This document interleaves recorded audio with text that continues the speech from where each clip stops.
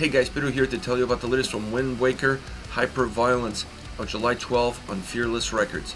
The album has 13 tracks, 43 minutes in length, and this is the band's second full-length studio album. They are an Australian metalcore band. When it comes to the design of this record, I find the album to be a representation of the sound.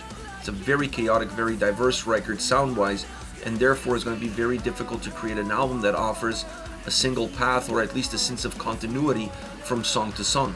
They did do a good job creating some bridges, some sonic bridges between tracks in order for you to have more of a sense of continuity as one song ends, the other one starts.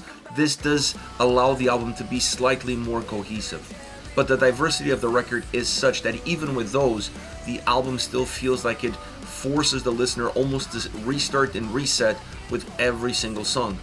This makes the record feel a lot more like a compilation of 13 tracks and a lot less like an album that has an idea of what it wants for itself. When you start to look at the sound of this record, the core essence of this album is modern metalcore. That is what drives it, not just in the sound but in the production behind it. Then around it you have all these other influences from electronic to hip-hop and even R&B. That is where the texture, that's where the uniquenesses of these songs really comes into the forefront. And it's an album that's a lot more texture than I was expecting it to be. The good production behind it allows the listener to be able to see all of these different influences very clear, see the impact that they have and then the end result.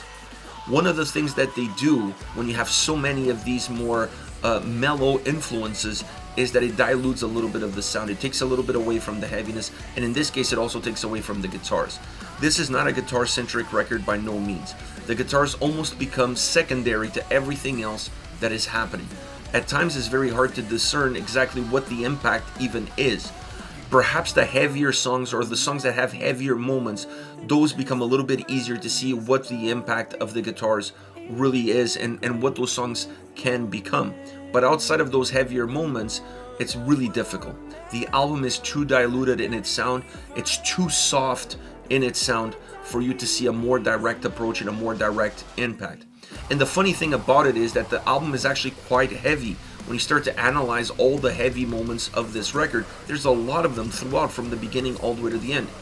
But when you get to the end of the record, you almost forgot about the heaviness. You're concentrating a lot more on all the influences that really drove this sound. The electronic backdrop that this album has becomes rather the fingerprint of the record, and it takes away from the impact that the guitars could have been all around.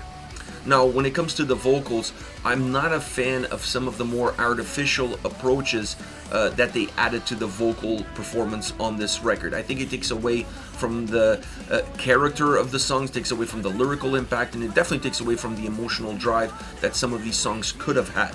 The songs where you feel like you're a little bit more connected with the vocals are the ones where the vocals bring in a lot more warmth. They are more emotional, they are more connected, they are more natural, they're more live. And those songs definitely have an increased impact in what they offer to the listener, and the vocals themselves really rise to a different plateau. It's an album that vocally has a few pockets that just feel too fabricated and don't feel natural enough, which actually is also a consequence of some of the moments in the sound that also feel too fabricated and not natural enough. And that is what I took away from this album in general. It's an album that feels too manufactured.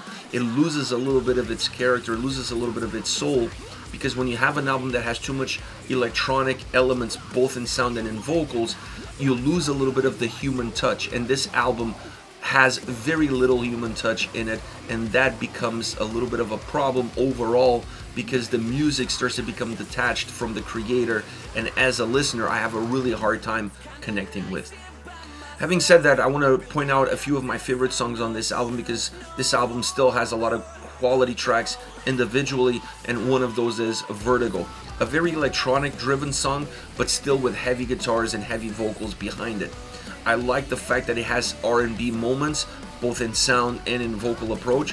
The chorus is very catchy.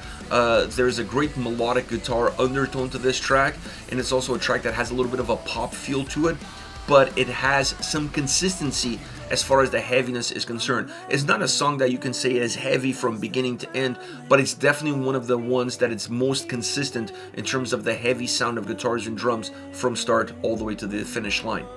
Next we have Venom, a more hip-hop vocal approach with a heavy guitar sound behind it, creating a little bit of a Hollywood Undead vibe as far as the overall song is concerned.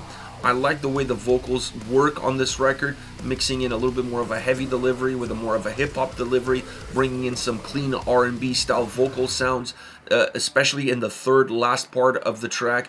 This allows the song to have a lot of movement vocally, to be very energetic, and I also like the fact that the track closes very similar in the way that it started. It doesn't go full circle, but it goes very close. Last but not least, Tabula Rasa, similar track as far as Venom is concerned, at least in terms of the vocal hip-hop lines that it has. It has a little bit more of a little heaviness on the guitars, but it also has a lot of electronic sound behind it. The clean vocals in the chorus are very powerful, and I think that is the element that allows this song to stand out, and it is also one of the elements that really separates this track from Venom, for example, that has, the two tracks have a lot of similarities, but the way the chorus comes across with those clean vocals, it really differentiates this song and puts it in its own category. This is it, Windwaker with Hyperviolence on July 12 on Fearless Records. Let me know your thoughts on the band, hit me up in the comment section. I'll see you all at the next video. Take care, guys.